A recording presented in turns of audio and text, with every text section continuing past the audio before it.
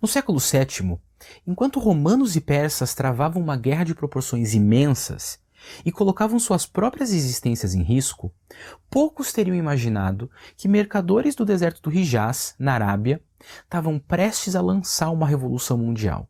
Em 610, o imperador Heráclio subia ao trono em Constantinopla e se preparava para iniciar o período mais devastador da guerra contra os sassânidas. E nesse mesmo ano, o profeta Muhammad recebia, de acordo com a tradição islâmica, a sua primeira revelação em uma gruta de uma montanha conhecida como Jabal an-Nur.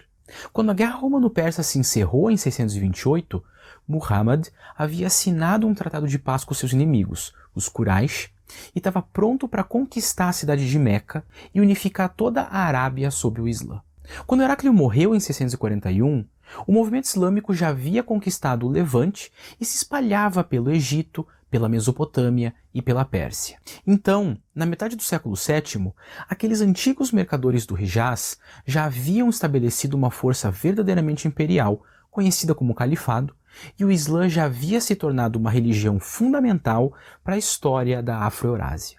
Eu sou o professor Otávio, e hoje a gente vai conversar sobre a história política do Islã, sobre os califados formados após a morte do profeta Muhammad, e sobre os efeitos que essas formações trouxeram para a história da Afro-Eurásia.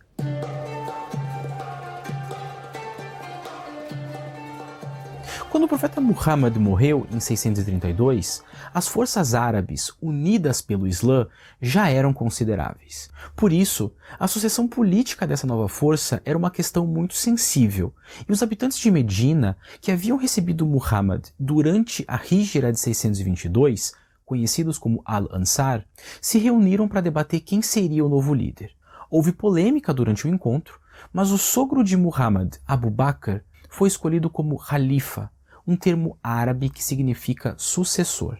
Isso mostra pra gente que a estrutura política que surge com a unificação árabe sob o Islã, conhecida como califado, tinha sua legitimação política ligada à imagem do profeta, já que seu governante não era conhecido como rei, imperador, sultão ou emir, mas sim como Khalifa, sucessor. Com Abu Bakr, se inicia um período da história islâmica conhecido como Ar-Khilafa ar-Rashida, ou o Califado Bem Guiado. Esse período, que vai de 632 até 661, é importante para a história islâmica porque todos os califas que governaram nesse momento eram parentes do profeta. O primeiro, Abu Bakr, era seu sogro. O segundo, Umar ibn al-Khattab, que também era seu sogro, foi responsável pela conquista do Império Sassânida e por boa parte da expansão islâmica no século VII. Ele foi assassinado por um persa em 644, e então quem assumiu o califado foi Uthman ibn Affan, um genro do profeta. Foi sob o comando de Uthman que a versão padrão do Corão foi compilada e codificada, mas também foi durante seu governo que problemas mais graves de sucessão começaram a surgir. Isso porque Uthman vinha de uma dinastia dos Quraysh chamada de Banu Umayya. E ao assumir o califado, ele favoreceu explicitamente os seus parentes desse lado da família. Isso foi alimentando revolta entre as outras elites árabes, incluindo uma das viúvas do profeta, Aisha, e não demorou para que essa revolta se transformasse em um levante contra o califa e o seu consequente assassinato em 656. Com a sua morte, o novo califa escolhido foi Ali ibn Abi Talib, primo e genro do profeta. Mas além de ter a sua autoridade constantemente questionada, Ali não puniu os assassinos de Uthman, o que trouxe uma guerra civil conhecida como Fitna, que foi uma série de conflitos que terminaram com o assassinato de Ali durante uma oração e com o fortalecimento militar de um parente de Uthman, Muawiyah I. Apesar de todo esse conflito, Ali foi sucedido por seu filho, Hassan ibn Ali, mas Hassan abdicou alguns meses depois em favor de Muawiyah. A morte de Ali e a abdicação de Hassan marcam o fim do Califado Bem Guiado e o início do período conhecido como Califado Omíada, termo que advém do nome da família de Muawiyah, os Banu Umayya. Mas apesar do poder de Muawiyah, os problemas sucessórios continuaram. Muawiyah rompeu com a tradição da escolha do califa por parte de elites e facções do Islã e, com a sua própria autoridade, ele instituiu que seu filho Yazid seria o próximo governante. Isso desagradou muita gente, em especial o irmão de Hassan, Hussein, que passou a ser apoiado por rebeldes anti-omíadas, dando início à Segunda Fitna. A Segunda Guerra Civil, fitna, durou 12 anos e começou de forma violenta, com as forças do califa Yazid atacando Hussein na Batalha de Karbala, onde ele foi morto e decapitado, junto de boa parte da sua família. Yazid ainda atacou Medina e sitiou Meca, que havia se tornado uma espécie de capital de resistência anti-omíada, mas a sua morte em 683 interrompeu o sítio e lançou uma crise sucessória entre os omíadas, porque por um lado, o seu filho, Muawiyah II, morreu um mês depois de assumir o califado e ele não tinha filhos. E por outro, porque o líder da resistência em Meca, Abd Allah ibn al-Zubayr, aproveitou a morte de Yazid para se autoproclamar califa e estabelecer um poder paralelo ao califado omíada. Então, do lado omíada, quem assumiu após a morte de Muawiyah II foi Marwan, que fazia parte de um outro ramo familiar dos Banu Umayya.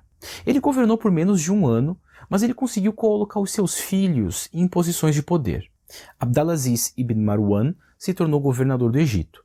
Muhammad ibn Marwan se tornou líder militar da Mesopotâmia, e o seu filho mais velho, Abd al-Malik ibn Marwan ibn al-Hakam, foi apontado como califa. Quando Abd al-Malik assume em 685, sua maior preocupação era de assegurar a autoridade omíada, derrotando aquele califado paralelo em Meca, que seguia sendo liderado por Abdallah ibn al-Zubayr. Abd al-Malik consegue a sua vitória em 692 e a partir daí ele consolida seu poder avançando contra os bizantinos na Anatólia, na Armênia e no norte da África.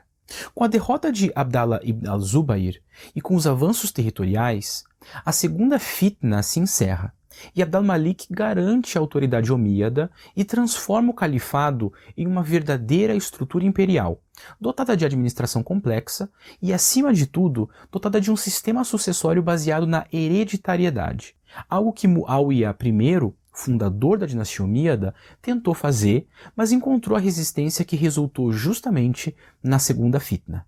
Contudo, apesar do sucesso político dos omíadas, as crises de sucessão que se iniciam já com a morte do profeta em 632 e que seguem até o fim da segunda fitna em 692 deixam marcas irreconciliáveis na Umma, a divisão política e religiosa entre sunitas e xiitas. Do lado xiita, estavam aqueles que acreditavam que o profeta Muhammad, antes da sua morte, havia apontado Ali como seu sucessor, e que Ali havia sido então injustiçado pelos primeiros califas bem guiados. O lado xiita acreditava então que a ascensão de Muawiyah I era ilegítima, e essa posição se galvanizava durante a segunda fitna e também com o assassinato do filho de Ali, Hussein, em Karbala. E toda essa posição política fica evidente quando a gente nota que o termo xiita vem do árabe Shiatu Ali, seguidores de Ali. Os xiitas acreditavam que o verdadeiro líder político e religioso da Umma deveria ser o imã, e que ele deveria vir da família do profeta. Logo, todos os califas após Ali e Hassan seriam usurpadores do legado do profeta Muhammad. Já o lado sunita, cuja designação vem do termo sunna, que pode ser entendido como ortodoxia, se acreditava que Abu Bakr, o primeiro califa, era sim um sucessor legítimo, e consequentemente o caminho que o califado toma a partir daí também seria dotado de legitimidade. A divisão entre sunitas e xiitas, que começa com a morte do profeta Muhammad e ganha corpo entre a primeira e a segunda fitna, permanece até hoje, mas isso não impede que o califado omíada se torne cada vez mais poderoso a partir do governo de Abd al-Malik. Seu sucessor, Al-Walid ibn Abd al-Malik ibn Marwan, consegue ainda mais sucesso, terminando de conquistar o norte da África, que passa agora a ser conhecido como Al-Maghrib.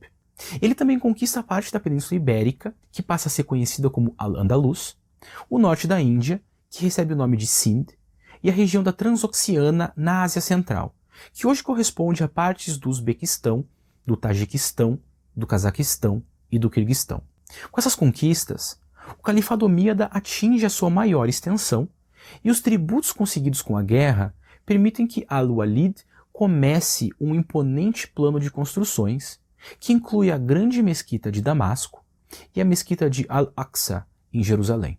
Nesse meio tempo, as bases políticas dispostas por Muawiyah e depois por Abd al-Malik e Al-Walid se tornam mais firmes. O califado era, para todos os efeitos, um império com um forte cunho étnico. O árabe se tornou a língua oficial de todas as regiões conquistadas, e burocratas de origem árabe eram enviados para territórios não árabes. Isso criou uma espécie de hierarquia social entre árabes e muçulmanos de outras origens étnicas, que passam a ser conhecidos como Mawali. Os Mawali deveriam adotar a língua árabe e eles também enfrentavam várias restrições para participar do governo ou do exército. E isso logo se torna uma grande dificuldade para uma estrutura política que se expande por toda a Afro-Eurásia, porque boa parte dos seus integrantes passariam a se encontrar sob a condição de Mawali. Especialmente nas regiões da Pérsia e da Transoxiana, que eram majoritariamente habitadas por iranianos, essa hierarquia gera muita insatisfação. E junto dessa insatisfação crescente, em 739 explode uma revolta nas porções mais ocidentais do norte da África, que ficou conhecida como a Grande Revolta Berbere, e que faria com que a região do Marrocos se separasse do Califado Omíada e passasse a ser governada por famílias de origem norte-africana. Logo depois dessa grande revolta, em 744, problemas de sucessão levam a uma terceira fitna entre os árabes. E, finalmente, em 747, um comandante de origem persa chamado Abu Muslim ad-Khorasani e um líder dinástico chamado Abul Abbas as-Safar, que vinham há anos angariando apoio dos persas, dos transoxianos e dos xiitas contra os omíadas, iniciam uma revolta contra o califado. Essa revolta era bem organizada e possuía duas bases muito sólidas. Ela pregava a equidade étnica entre árabes e não árabes, e por isso ela faz sucesso na Ásia Central, e ela buscava legitimidade na família do profeta Muhammad, porque Abul Abbas as-Safar se dizia descendente de Al-Abbas ibn Abd al-Muttalib, tio do profeta. Essa facção rebelde, chamada pela historiografia de Abássida, consegue avançar contra os omíadas na Ásia Central, depois na Mesopotâmia, e em 750 derrota o último califa omíada, Marwan II, na Batalha de Zab. A partir desse ponto, quase todos os membros do Banu Umayya são caçados e mortos, e se inicia, assim, o Califado Abássida. O tempo dos Abássidas foi um período fundamental da história do Islã. Enquanto o Califado Rashidun foi formativo e o Califado Omíada reestruturou as bases políticas do poder árabe, o Califado Abássida desenvolveu uma cultura letrada, política e religiosa muito mais cosmopolita, passível de ser adotada e espalhada, mesmo fora dos limites políticos do califado. A língua e a cultura persa, que haviam sido subjugadas e banidas pelos omíadas, se tornam um dos motores de poder abássida. E também a partir desse momento, os limites geográficos do mundo muçulmano se estabilizam.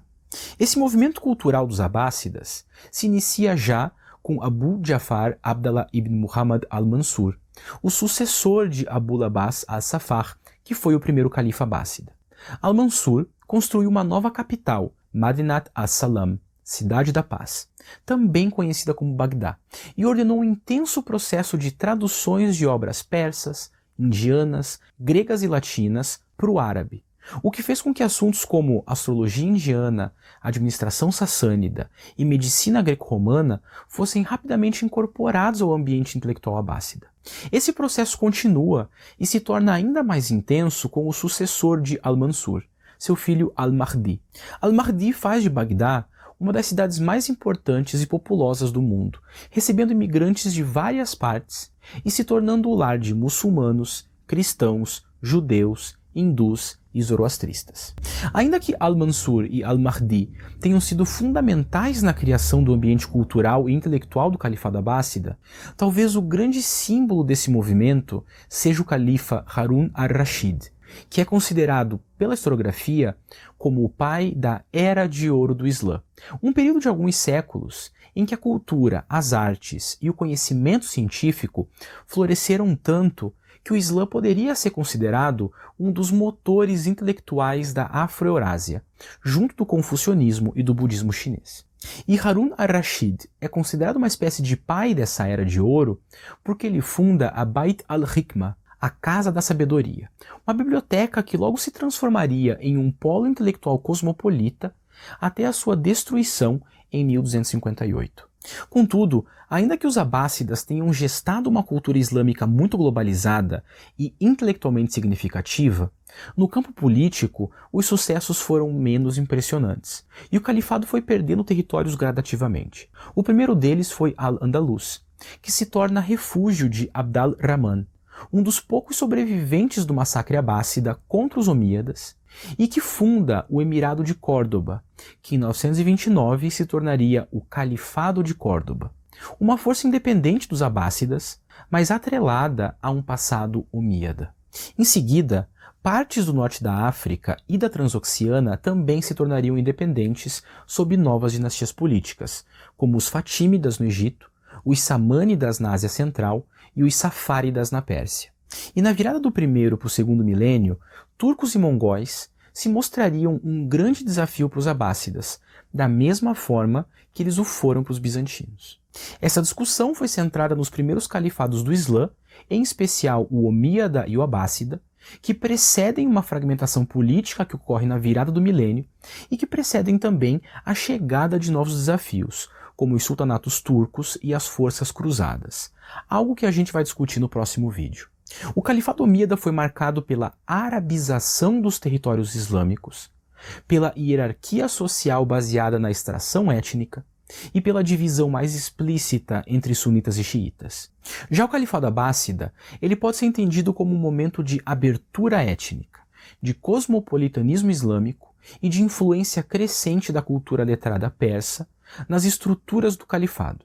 Mas politicamente, a paulatina fragmentação do Califado Abássida vai dar origem a várias outras estruturas e dinastias políticas. A bibliografia usada nesse vídeo está aparecendo aí na tela e ela pode ser consultada também no Padlet da nossa disciplina. Muito obrigado e bons estudos.